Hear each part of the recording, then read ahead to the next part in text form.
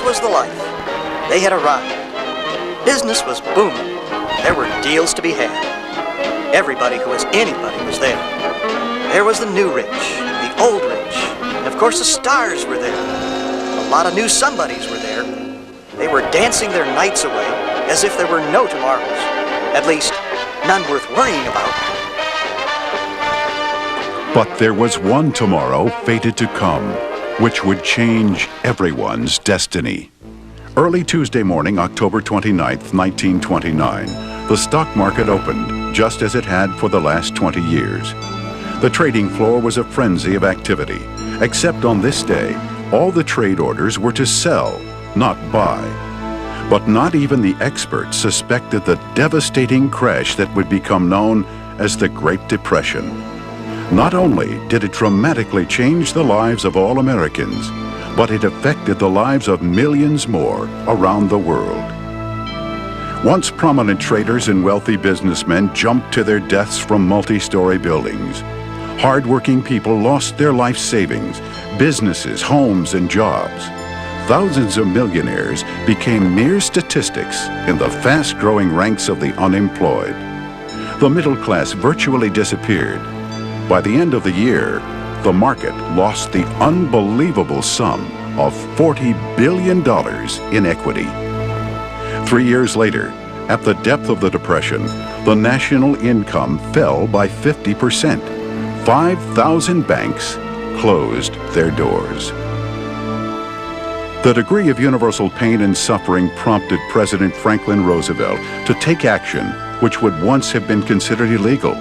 The Founding Fathers had been firm on the fact that the government was never to interfere with the free enterprise system. But Roosevelt boldly initiated his New Deal, and for the first time in U.S. history, the government provided help, called entitlements for the needy. The stage was set for the federal government to dominate American business, banking, commerce, and the economy as a whole.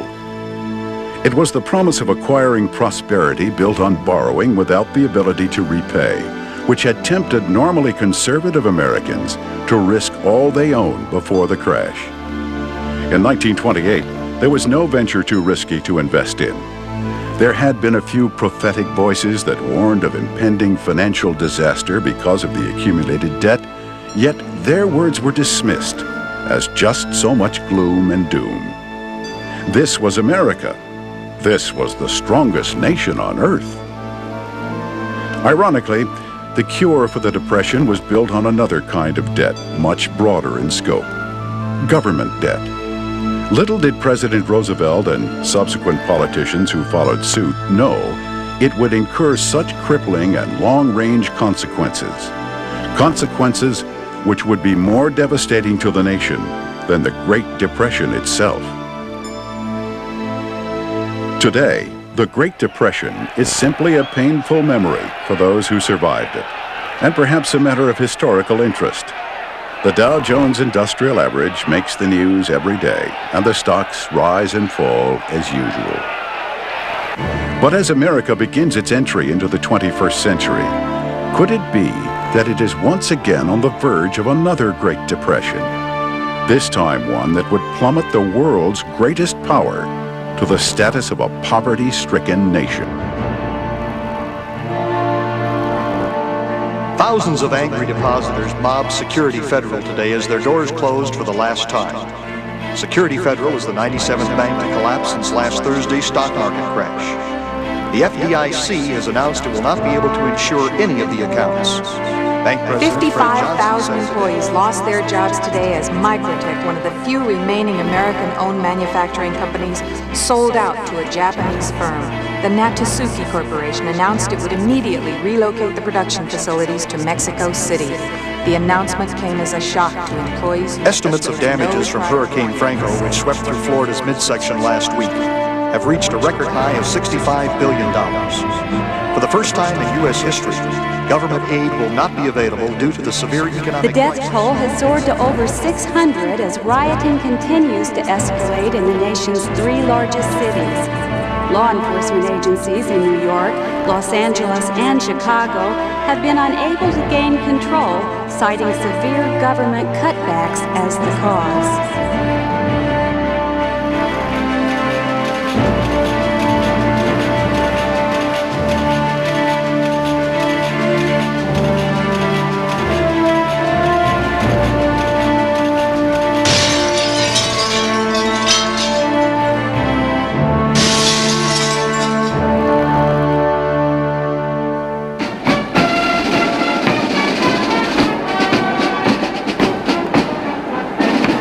I love this country, and it's with great pain I come to the reality.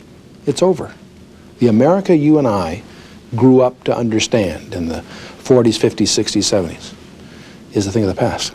We face the possibility of a depression that could make the Depression of 1929 look like a mild recession by comparison. Just think about it. Your job, your occupation, your industry, how much more dependent is it on every other job and industry in our economy right now? Far more so than in 1929. We're going to have a collapse, meaning that it won't be a 10-year cycle like we had during the Great Depression. And understand that we aren't the same caliber nation that we were during the Great Depression. If our government continues to spend more than it takes in, I predict with 100% certainty it will go broke. We have a government that is able to generate $1.2 trillion per year in taxes, but is taking $1.4 to $1.5 trillion a year for them to live. And they're literally every year borrowing money just to make interest payments on the money they've already borrowed. Each year, the federal government spends more money than they raise in taxes. In 1992, the government had to borrow almost a quarter of all the money it spent. This amount that was borrowed is what is referred to as the deficit. Since the mid-60s, the government has been operating this way, and the grand total of all the deficits incurred over the years is called the national debt.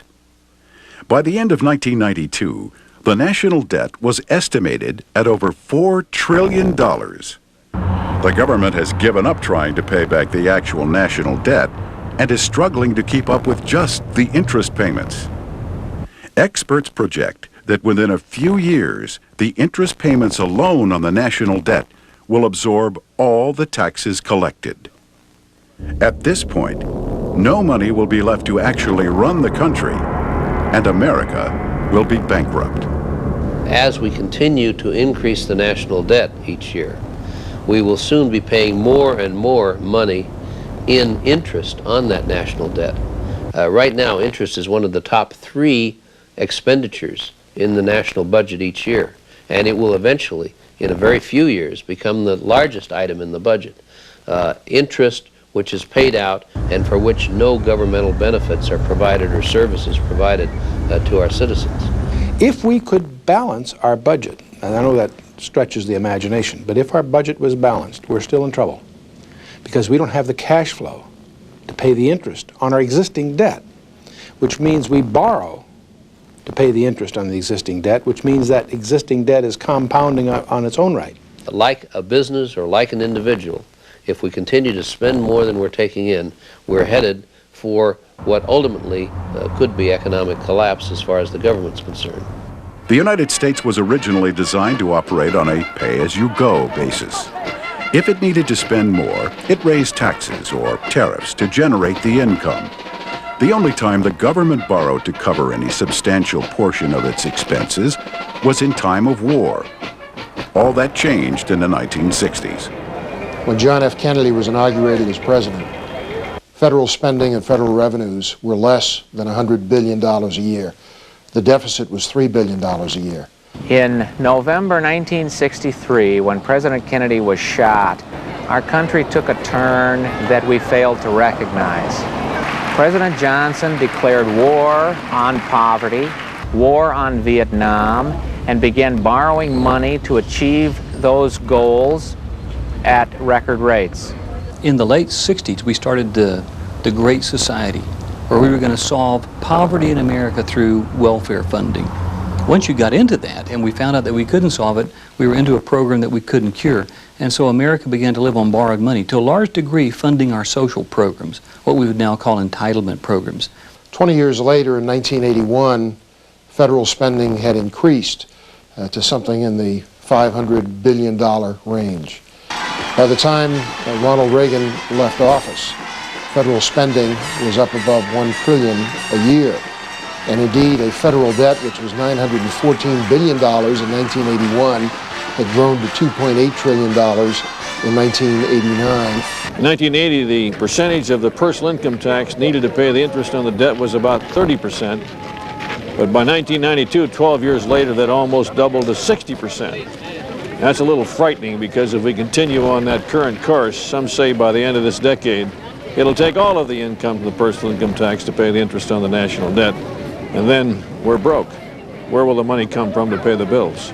By the end of the Bush presidency, the debt was $4.2 trillion, the acknowledged debt, not taking into account pension debts, student loan debts, unfunded liabilities for Social Security. America owes $4 trillion. It must borrow $1.1 billion every day in order to keep up the pretense of the prosperity that we talk about today. And so for a number of years, it has been using up not simply its capital, that is all gone, but it has been using up its borrowing power. And when we come to the end of our borrowing power, when no one will put any of their value, like the Japanese, the Germans, the British, and others, into the American economy, then there must come to pass the coming breakpoint. And the coming breakpoint is upon us. It took 20 years for the government to officially examine the problem.